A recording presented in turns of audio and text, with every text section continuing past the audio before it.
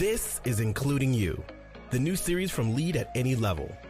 Including You features stories from chief diversity officers and other executives who are creating inclusive cultures in their organizations. Our goal is to show what's working in companies just like yours, to give you the tools you need to keep pushing for progress in your own workplace. We want to create belonging and opportunity for everyone, including you. And now here's your host, Amy C. Waninger.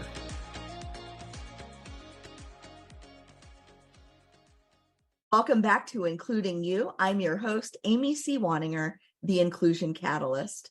My guest today is Dr. Adrienne Lawson. She's the Senior Director of Diversity, Equity, and Inclusion at Pride Industries. The goal of Pride Industries is to create employment for people with disabilities in the pursuit of an inclusive world where people of all abilities have equal access to achieve their employment goals. Pride Industries currently employs about 6,000 people across the U.S. Dr. Lawson, welcome to the show. Thank you, Amy. I appreciate the opportunity. I am really excited to talk to you. I don't get to talk to a whole lot of folks in the nonprofit sector, and I don't get to talk to very many folks at all who work specifically in the industry of disability inclusion. This is going to be exciting. Sorry about my dog in the background. And we were just talking about that before the call started. And I'm curious, at an organization like Pride Industries, why is inclusion such an area of focus internally for the organization? Good question, Amy. First of all, inclusion is a priority at Pride Industries because it's our foundation. Our mission is to create employment for people with disabilities. And sometimes in DEI, diversity, equity, inclusion, people forget about people with disabilities. And since 1966, Pride Industries has stood for the inclusion of people with diverse abilities in the workforce. And so we believe that everyone has talent and that all people can make significant contributions in the workplace. This isn't just your internal mission, this is your external mission as well. And I would imagine that there's a lot that goes into how you think about diversity and inclusion in an organization like Pride Industries. What are you doing right now that's working? Right now, I have 3 initiatives, just say that. The 3 initiatives are employee resource groups, which we affectionately call ERGs, which a lot of people know about. Number 2, I am working with the Diversity Advisory Council. And like I said, I'm working with the Diversity Advisory Council. And also we have launched our first ever mentoring academy. I'm very excited about those 3 initiatives. Dr. Lawson, tell me a little bit about where you are on your ERG journey, because companies or organizations are all over the place with the number of ERGs that they sponsor, whether their ERGs are grassroots efforts that are recognized by their leadership or whether they're leadership driven and pushed down through the organization. Tell us a little bit about the characteristics of your ERGs. Sure, Amy. When I first started with Pride Industries, which was October 2020, right in the middle of COVID, the president CEO, who is Jeff Dern, he asked me to start employee resource groups. That was my priority. And since I had prior experience, it was an easy jump start for me.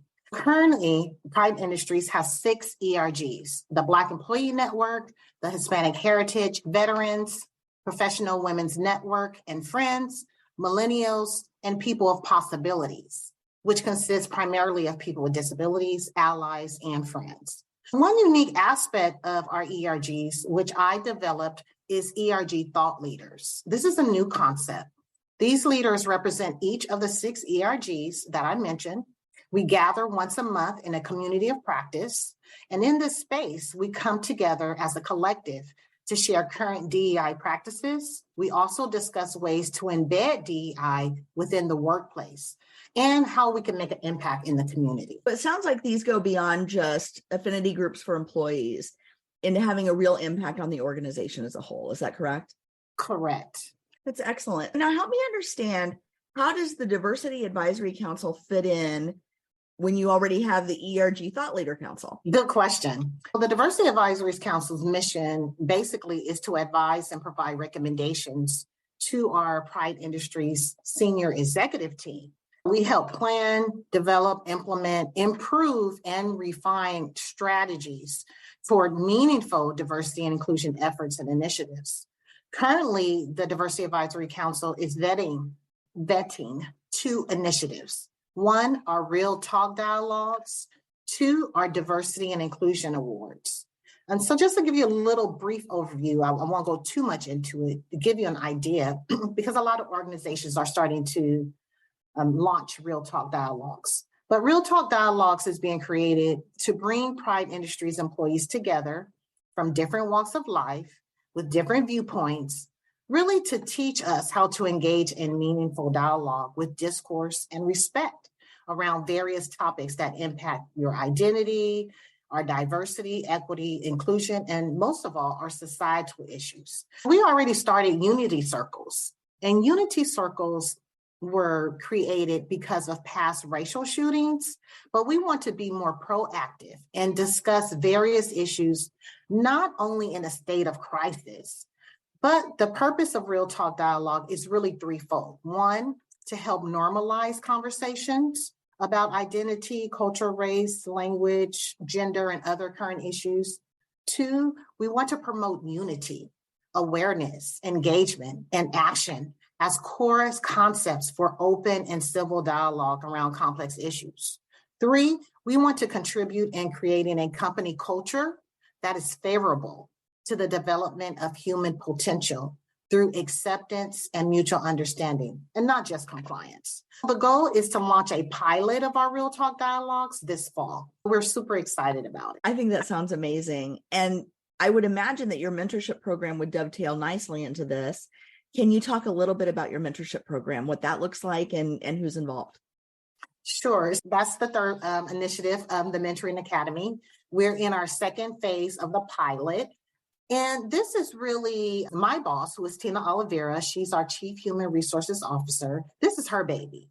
She says, Adrienne, I'm really interested in us having a mentoring program. I really want to see more women in leadership and folks who are in certain positions to be able to advance in the company. I said, okay, great. I have the ERGs from our CEO, that's his baby. And then the Mentoring Academy with our CHRO. So I was excited about that. I had participated in a Mentoring Academy at a prior company. I was very appreciative of having this opportunity to launch a mentoring program. The mission, I'll just talk about the mission of the Mentoring Academy, is to develop staff to reach their full potential, create a culture of interconnectedness, and advance Pride Industries' mission. We have 2 goals for the Mentoring Academy. 1 is to accelerate a person's professional and personal goals, also to create an environment that values, recognizes, and support the essential role of mentoring and career progression. You asked me what's going well. For our mentoring program, we have increased the number from our first pilot to our second pilot. We have increased the numbers of our senior leadership participation. Because just imagine myself as a senior director, if I'm a mentor, who's mentoring me? So now we have our senior vice presidents involved, as well as our chiefs. I'm super excited about where the Mentoring Academy is going. I think that sounds amazing. And I have partners who run mentoring programs, that's their business. And they talk about the connection, when connection is made and a personal connection is made, that really accelerates a sense of belonging in an organization. Yeah. And all it takes is one really good relationship to really cement people in an organization. I think that's really important. Yes, I agree. Now, when you think about the initiatives that you have going and all the things that are going, I know participation numbers are increasing, but what else are you seeing in terms of things that you're measuring or anecdotal evidence that what you're doing is working? Yes, you're right. Membership is increasing in our ERGs. You see the momentum. People seem to be more excited, more engaged. The morale has increased. People want to be involved. The one unique thing about the ERGs is that the senior leaders are involved. We have senior executives that are a part of each ERG. They even attend our ERG meetings. Also, we have an annual ERG retreat where our ERG leaders are recognized. I think that's super exciting, where the managers are invited to this virtual, of course, because we have ERG leaders in all parts of Pride Industries across the United States. And their managers are also involved. We invite the managers and they're able to recognize the ERG leaders in a way where they are appreciative of how more involved they are. They see a change in their leadership within their particular unit, and they're able to also recognize the ERG leaders. Also, we have more engagement in the community with our ERGs. We work in collaboration with our recruiters. When our recruiters go out to recruit in the community, we also involve our ERGs, not just the leadership in ERGs, but anyone who participates as a member, they're welcome to participate in the recruitment effort. I'm sure that changes the way people view the company from the outside. When they see folks that look like them showing up at job fairs, showing up at community service events, those sorts of things, when you can see somebody that looks like you on the inside of a company, Absolutely. It really makes a difference in how excited you are to apply and how likely you are to accept an offer, wouldn't you say? Oh, definitely. 100%. The studies show that 43% of people looking for jobs want a diverse environment. Yes, absolutely. That makes a huge difference. Plus, all the things that we have going on in Pride, a lot of companies don't have a mentoring program. A lot of people aren't recognized for being in an ERG, but we do have recognition, and people have the ability to make changes in the company, to provide recommendations, because people who are on the ground, they know what's going on. They are the ones with the solutions. And we've heard this before in organizations where leadership's making decisions, but they don't really know what the problem is. And that's the beauty of having ERGs. It definitely changes the flow of communication in up, down, and around the company. And I think that's wonderful that you've got all of those pieces moving at the same time, because you're creating different chains of communication with your advisory council, but also with your mentoring initiative as well. Absolutely. It sounds like there's a lot going on and a lot to be proud of. What's next at Pride Industries relative to DEI work? Good question, Amy. I thought about this ahead of time and wonder, what can I say? I'm just going to continue developing those 3 initiatives, specifically with the ERGs. The plan is for myself and the ERG thought leaders to publish a white paper.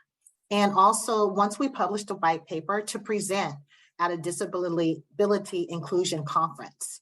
Also, we're working on creating a DEI video. I'm excited about that, and increase our community engagement across all Pride Industries, because we want all locations to be represented.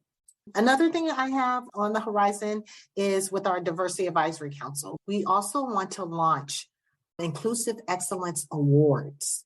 We want to recognize people for doing a good job in their jobs, actually, over and beyond of what they're doing. I'm excited about the Diversity Awards. And then the Mentoring Academy. We want to increase folks in our Mentoring Academy across all locations. Currently, we're in our pilot stage, and we have about maybe 100 people. We want to increase that. That's pretty much it. Just we want to make sure that what we have is sustainable. That's very important to me, as well as just to develop them. I don't want to have a lot of different initiatives in DEI. I want what we're doing to be solid, to be well done. We want it to be excellent in every part. It sounds like you are well on your way. Dr. Lawson, thank you so much for sharing with us all the amazing things going on at Pride Industries. Thank you for your expertise, and thank you for your time today. You're welcome, Amy. Thanks for the invite. If you've enjoyed this episode, follow Lead at Any Level on LinkedIn and YouTube.